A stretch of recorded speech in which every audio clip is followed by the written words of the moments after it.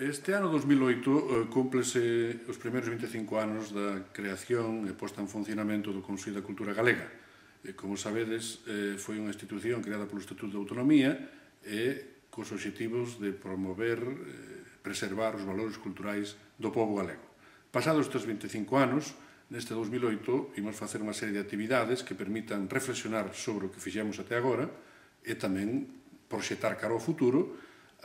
o que debe ser un Consello da Cultura Galega para os próximos 20 ou 25 anos. Neste sentido, están previstos diversos foros de debate, exposicións, encontros institucionais, tamén debates, esperemos que na propia web, sobre o papel do Consello e, por tanto, anímovos aos que seguides as noticias do Consello por esta web a que participedes non só nos debates e nas actividades, senón tamén na propia rede, como vides facendo até hoxe.